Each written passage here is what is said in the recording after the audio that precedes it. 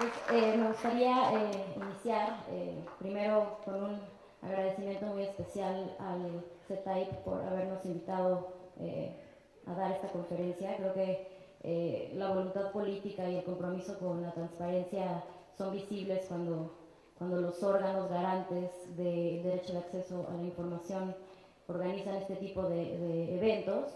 Eh, eh, También creo que es fundamental mencionar que estar en la máxima casa de estudios del estado de Durango, en el marco del Día Internacional del Derecho a Saberes, pues es un privilegio. Yo salí ya hace bastantes años de la universidad, aunque a veces no parezca, pero es en verdad un privilegio estar aquí con ustedes y poder compartirles esta visión de México Evalúa, de cómo nosotros hemos hecho uso de estas herramientas de acceso a la información y cómo hemos evaluado o generado métricas para evaluar el quehacer del gobierno, particularmente a nivel federal. Gracias. Bueno, yo me voy a ir de aquí, o me gustaría irme de aquí, de mi primera visita a Durango, dejándolos con 3 ideas. Y si logro dejarlos con esas 3 ideas, creo que me puedo ir tranquila. La primera es comunicarles que la transparencia no es únicamente el acceso a la información. La transparencia es un derecho activo que implica tanto la participación de los ciudadanos como la rendición de cuentas por parte de los gobiernos, ¿no? Es decir, la transparencia no se limita a las solicitudes de información, tiene que haber un proceso donde los ciudadanos participen activamente. La segunda idea es que no necesitan ser politólogos, no necesitan estudiar ciencias políticas, no necesitan trabajar en una organización de la sociedad civil para estar interesados en el tema de la transparencia. Cualquier ciudadano puede solicitar información y de hecho yo los conmino a que lo hagan, a que sean ustedes los que sean los principales solicitantes de información. La tercera idea sería que el gobierno solo va a ser más eficiente o los gobiernos van a proveer mejores servicios públicos en la medida en que los ciudadanos les hagamos saber que somos vigilantes de la forma en que están haciendo uso de los recursos públicos. Es decir, si nosotros somos los aportantes principales de los recursos públicos a través de los impuestos, pues es importante hacerles saber a los gobiernos que los estamos vigilando de una manera sistemática, coherente y regular, ¿no? Bueno, esas son básicamente las 3 ideas que me gustaría que se llevaran, pero no por eso espero que no me pongan atención al resto de la ponencia. Yo, pues cuando empecé la universidad hace ya unos años, pues yo ya el tema de la transparencia gubernamental, o sea, de la transparencia gubernamental era ya como algo que estaba inmerso en la cultura de todos mis compañeros, ¿no? Yo crecí ya sabiendo lo que era la transparencia y no, pues no fui partícipe de todas las reformas y de todos los procesos que tuvieron que darse para que pudiera realmente ejercerse una participación ciudadana activa, ¿no? Entonces, pues me gustaría empezar con una definición tal vez muy conceptual de lo que es transparencia. Este es un concepto tomado del diccionario de la Real Academia Española. Transparente es un cuerpo a través del cual pueden verse los objetos claramente, dicho de un cuerpo translúcido, que se deja adivinar o vislumbrar sin declararse o manifestarse, o bien algo que es claro, evidente y se comprende sin ambigüedad. Esto me parece fundamental porque pues justamente cuando se habla de transparencia, pues estamos pensando en algo que se puede ver, exponer información en la vitrina pública, ¿no? Y la vitrina pública pues esperamos que sea transparente. Si pasamos a la siguiente diapositiva. Aquí pues es una transparencia ya un poco más borrosa, porque esta es la definición de transparencia gubernamental que tomé de la página de la Secretaría de Hacienda y Crédito Público. Es un entorno donde los objetivos nacionales, el marco institucional, legal y económico, las decisiones de política pública y su justificación, los datos e información relacionada con las políticas monetarias y financieras y la forma en que las agencias rinden cuentas se proporcionan al público de una manera comprensible, accesible y oportuna. Bueno, para empezar, para mí esta definición no es ni comprensible, ni accesible, ni oportuna, ¿no? Entonces, si pasamos a la siguiente. Esta es realmente para mí una definición de transparencia gubernamental y es la definición que en México evalúa, empleamos con cierta frecuencia, es la generación de información, datos y cifras que en manos del ciudadano puedan generar cambios en el comportamiento de los actores públicos, en el funcionamiento de los programas y en el uso de los recursos. Es decir, si esta información es útil para que los ciudadanos puedan modificar alguna conducta de un actor para mejorar la forma en que opera un programa, esa es realmente la definición de transparencia. Como un breve repaso, esto es qué hacemos en México Evalúa y cuál es su misión. Pues México Evalúa es un centro de análisis de políticas públicas que busca incidir en la efectividad y la calidad del gobierno a través de la generación de métricas, indicadores, reportes. Buscamos originar un cambio en la forma en que el gobierno opera, es decir, queremos incidir a través de la generación de estudios, recomendaciones que ya les presentaré en unos momentos, y tenemos también vocación por servir como puentes de comunicación, es decir, poder servir como puentes de comunicación entre los ciudadanos y los gobernantes, para que los gobernantes sepan cuáles son las necesidades principales que enfrentan los ciudadanos en materia de acceso a bienes y servicios, y también como un puente de comunicación entre el gobierno y los ciudadanos. Es decir, a veces la información que generan los gobiernos, como ya vimos, no es necesariamente accesible o digerible para un ciudadano común. Entonces, bueno, México Evalúa busca precisamente generar este puente entre ciudadanos y gobierno. Si pasamos a la siguiente, por favor. Y bueno, aquí me parece importante decir, ¿para qué estamos aquí, no? ¿Por qué importa la transparencia gubernamental? Pues importa, por lo que ya dijimos, porque puede informar al ciudadano sobre la gestión gubernamental, sobre los actos de gobierno, sobre la forma en que se ejercen recursos públicos, porque la máxima publicidad de datos y cifras permite mejorar el diseño de las políticas públicas o hacer que los programas públicos sean más eficientes, que los servicios lleguen realmente a la población que los necesita. Y finalmente, bueno, pues lo que ya mencioné, ¿no? Es mejorar la provisión de bienes públicos en materia de salud, combate a la pobreza, infraestructura, educación, etc. Pasamos a la siguiente, por favor. Este es nada más un pequeño recuadro donde busco como pues hacer de una forma más gráfica, entendible, cómo los mecanismos de transparencia que operan a través de fiscalización y evaluación y hacen uso de los órganos de control dentro de los estados, generan un círculo virtuoso con la rendición de cuentas, perdón, y pues en la rendición de cuentas la labor de las organizaciones de la sociedad civil es fundamental.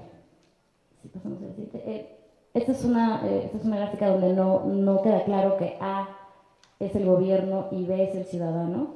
Es decir, el método para que la rendición de cuentas se convierta en un principio activo, como ya les había mencionado al principio, es que los ciudadanos hagan uso de la información y exijan cuentas a los gobiernos sobre la forma en que operan. Y bueno, este cuadro, perdón, este círculo ilustra las obligaciones que tienen por un lado el gobierno y por otro lado los ciudadanos. El gobierno debe informar, explicar y justificar sus acciones al ciudadano, y el ciudadano tiene derecho a deliberar, evaluar y sancionar a los gobiernos en caso de que no cumplan con lo que estaba estipulado en la norma. Pasamos a la siguiente. Esto es nuevamente lo que les he venido mencionando desde el principio, es decir, la transparencia hace uso del sistema de la rendición de cuentas para generar un círculo virtuoso donde la participación ciudadana es fundamental. Si estos procesos se quedan dentro de instancias burocráticas y se convierten en procesos casi estandarizados donde la gente realmente no está participando y no está haciendo uso del derecho de acceso a la información, como comentó mi colega del IFAI, es casi, inocuo, no sé cómo decirlo, inofensivo que estemos teniendo este foro. Si pasamos a la siguiente. Aquí, bueno, de una forma mucho más,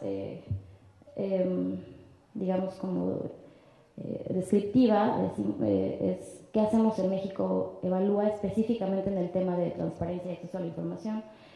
Ayudamos a elevar la efectividad de la gestión a través de la medición de sus resultados, promovemos una cultura de evaluación, transparencia y responsabilidad en el gobierno, ofrecemos a los tomadores de decisión, en este caso tomadores de decisión, estoy pensando en legisladores, en funcionarios públicos, herramientas para que puedan avanzar políticas públicas más eficaces, y ofrecemos información al ciudadano, como dije, para tender un puente entre el gobierno y el ciudadano común en la exigencia de mejores servicios públicos. Esto lo hacemos a través del desarrollo de sistemas, indicadores, métricas, reportes. Si pasamos a la siguiente.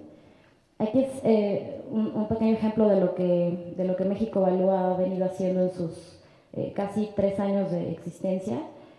Tenemos, por ejemplo, el monitoreo de gasto público en áreas sustantivas para el país. Esta fue una serie de cuadernillos que, con el apoyo de expertos del CIDE y de la UNAM y del ITAM, generamos para poder entender cómo funciona el gasto público en temas como educación, salud, infraestructura, gasto social.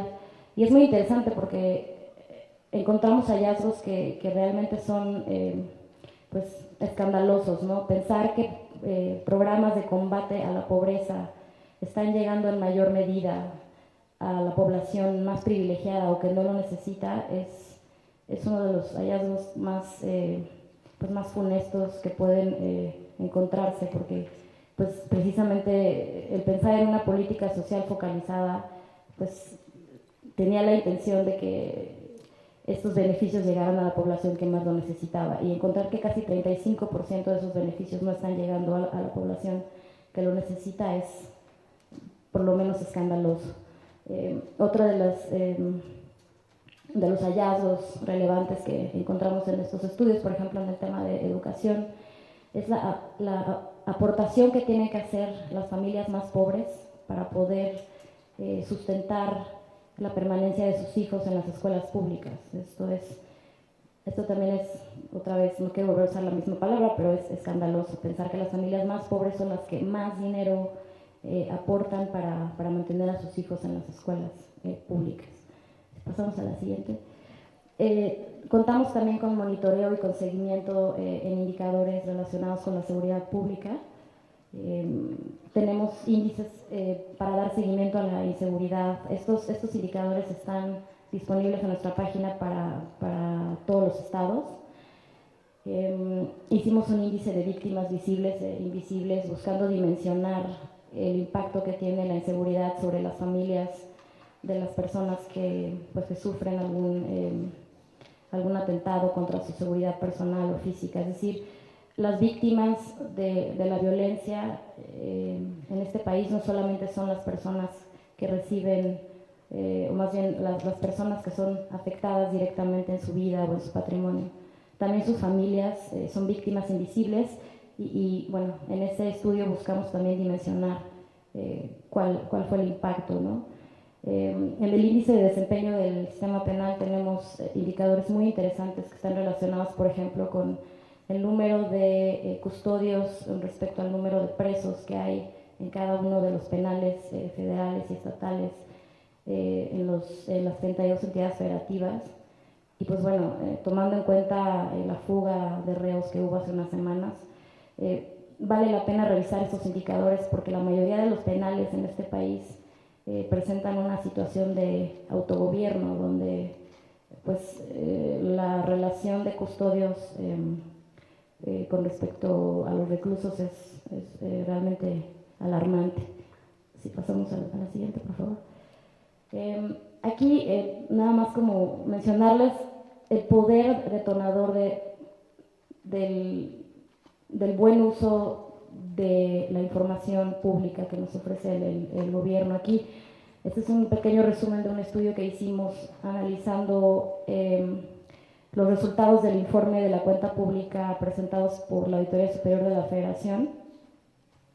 Y por ejemplo, después de la masacre, después del incidente en Sonora, en la guardería, vale la pena tomar en cuenta que la Auditoría Superior de la Federación registra guarderías en varios estados de la República que no cumplen con las normas mínimas de seguridad para mantener a los niños dentro, ¿no? Entonces, este tipo de información es el que es la que busca detonar un cambio en la forma en que las cosas se están operando y la forma en que el gobierno está haciendo uso de los recursos públicos.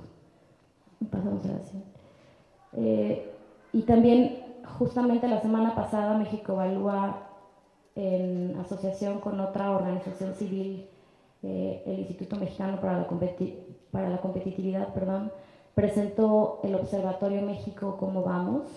Esto también fue fue un hito, fue un avance fundamental porque no existía el establecimiento de metas claras de lo que queremos pedirle al próximo presidente electo en términos económicos. Aquí, con la ayuda de casi 40 expertos, se generaron las líneas base para establecer cuáles son las metas a las que queremos llegar en términos de generación de empleos, de crecimiento económico, de inversión productiva, de disminución de la pobreza. Es decir, a veces en los planes nacionales de desarrollo o en los planes nacionales de los estados pareciera que establecemos metas que no son tan comunicables o que no están estableciendo indicadores claros de lo que realmente queremos llegar a obtener, ¿no? Entonces, el establecimiento de metas muy claras con números, cifras exactas, es un buen punto de comienzo para marcarle la vara al próximo presidente electo. Si pasamos a la siguiente, por favor. Este es un proyecto también que realizamos con la Secretaría de la Función Pública y con el Banco Interamericano de Desarrollo, donde buscamos entender cuáles son los mecanismos institucionales con los que cuenta México para combatir la corrupción, ¿no? Hasta ahora contamos con índices y encuestas que se basan en la percepción de la gente, pero no tenemos un diagnóstico de cuáles son las fortalezas de las instituciones encargadas de controlar, prevenir y sancionar la corrupción en México. Este tipo de diagnósticos son fundamentales en una coyuntura en la que se está discutiendo la desaparición de la Secretaría de la Función Pública y la creación de una agencia única anticorrupción, ¿no? Si pasamos a la siguiente. Y bueno, casi ya para concluir, mencionarles que el monitoreo a nivel local es fundamental, es decir, no existe una política de transparencia y de rendición de cuentas también sin la participación de las entidades federativas. Pasamos a la siguiente. ¿Esto por qué? En 1990, casi 70% del gasto público lo ejercía el gobierno federal. Hoy, 60% del gasto público, más de la mitad, es ejercido por los gobiernos locales. Entonces, hay una responsabilidad especial por parte de los gobiernos locales de atender y de dar seguimiento a la importancia de cómo están consiguiéndose las metas en términos de acceso a bienes y servicios públicos. Pasamos a la siguiente. Esto ya lo mencionó mi colega del IFAI, entonces no me voy a detener mucho en el marco institucional y las reformas que ha habido a nivel local para homologar las leyes de transparencia, la armonización contable. Voy a saltar esta diapositiva, si pasamos a la siguiente. Bueno, finalmente, este es otro de los estudios interesantes que hicimos en México Evalúa, es deuda y gasto estatal, ¿para qué? Si pasamos a la siguiente. Es interesante que el costo del endeudamiento a largo plazo será pagado por las familias hasta 14 años después de que salga el gobernador en turno. Para algunos habitantes, para los menos, eso llegaba a representar entre 547 pesos, y para los estados con las deudas más altas llegaba a representar hasta 11.948 pesos. Es decir, el patrimonio de las personas que vivían en ese estado estaba comprometido ya por 10 o 12 años, a pesar de que el gobernador solamente permanece en un periodo de 6 años. Vamos al siguiente. Y bueno, es también escandaloso otra vez que estemos invirtiendo tantos recursos públicos en educación, ¿no? Que los recursos hayan más que duplicado entre 2000 y 2010 para todos los estados, y que las métricas de nivel de habilidades escolares obtenidas por los estudiantes a nivel primaria y secundaria sigan siendo muy deficientes. Pasamos a la siguiente. Esto nada más es, pues mientras permanezca el sistema vigente, es decir, existen pocos incentivos para que los gobiernos locales sean más eficientes. ¿Por qué? Porque en el esquema actual el principal generador de ingresos es la federación, ellos son los principales recaudadores de ingresos. Mientras los gobiernos locales no asuman una responsabilidad también en la recaudación de impuestos, pues va a ser muy complicado poder vincular el ejercicio de los recursos con el impacto que estos tienen en la acción pública. Si pasamos a la siguiente, por favor. Y bueno, estos esfuerzos desde la sociedad civil, mi colega del IFAI ya había mencionado algunos, como la métrica de transparencia del CIDE, el índice de transparencia y disponibilidad de la información fiscal, el índice estatal de transparencia presupuestaria del INCO, el índice de acceso a gasto en comunicación social y publicidad de las entidades federativas.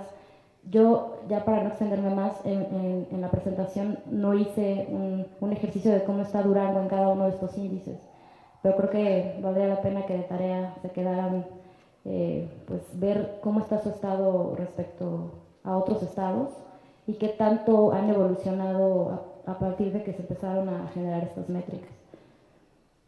Pasamos a la siguiente. Esto es un resumen de lo que ya les he venido mencionando. Si pasamos a la siguiente, mejor. Finalmente, como mencionaba mi colega del IFAI, creo que hay casos ejemplares a nivel federal en términos de transparencia y acceso a la información. El portal de transparencia presupuestaria de la Secretaría de Hacienda y Crédito Público es uno de ellos. Es decir, ahí hay un presupuesto ciudadano, que es uno de los esfuerzos más visibles de la Administración Federal para comunicar a los ciudadanos de a pie cómo se gasta su dinero, en qué se gasta, cuál es el impacto de ese gasto. Si pasamos a la siguiente. Algunos casos ejemplares a nivel local también, Durango. Me parece importante mencionar, independientemente de la página de internet de la CETAIP, platicando con la comisionada hace unos minutos, me comentaba que tanto los sindicatos, de manera indirecta, y los partidos políticos y las universidades públicas en el estado de Durango son sujetos de la ley de transparencia y acceso a la información. Esto me parece muy importante y creo que los hace muy privilegiados, porque a nivel federal todavía no contamos con esa posibilidad de poder exigirle cuentas a los sindicatos, de exigirle cuentas a los partidos políticos y a las universidades públicas, que finalmente son entidades que están operando con recursos públicos, ¿no? Entonces, pues si quieren hacer chamba también pueden pedirle alguna solicitud de acceso a la información a su universidad. A ver si no me matan aquí, pero pues creo que valdría la pena, ¿no? Si pasamos a la última, las claves para el cambio de paradigma son los 3 puntos que les mencioné desde el principio. No es necesario, más bien la transparencia va más allá del derecho de acceso a la información. Esto implica participación ciudadana y rendición de cuentas. El tema de que ustedes como ciudadanos son los agentes transformadores del cambio en la forma en que opera el gobierno, y mientras no hagan uso de ese derecho, no va a haber una modificación real en la forma en que los gobiernos operan. Pasamos a la siguiente. El reto de la transparencia pasiva a la transparencia activa, pongo al pensador de Rodin, porque pareciera que nos quedamos esperando nada más la entrega de solicitudes de información y no necesariamente estamos en la parte donde estamos exigiendo información, estamos solicitando información a nuestros gobiernos, ¿no? Decía el comisionado presidente que parece que hubiera una apatía de los ciudadanos, una desconexión con lo público, para lo cual me parece fundamental pues despertarnos todos de ese letargo y si queremos que nuestro estado mejore en términos de pavimentación, seguridad, creación de caminos, combate a la pobreza, pues estar exigiendo cuentas con indicadores muy bien establecidos. Y bueno, aquí nace una anécdota del estado de Oaxaca, que justamente presenté como uno de los casos de éxito. Decía Enrique Cabrero, el director del CIDE, que la transparencia en Oaxaca era tan transparente que nunca nadie la vio, ¿no? Entonces, pues tampoco queremos ser tan transparentes que nadie vea que algo se está haciendo para mejorar el quehacer gubernamental. Y cerraría con la siguiente diapositiva, que es el lema de México Evalúa, es si México evalúa, México cambia. Entonces, los invito a evaluar a su gobierno y a ser los agentes transformadores del cambio en su estado. Muchas gracias.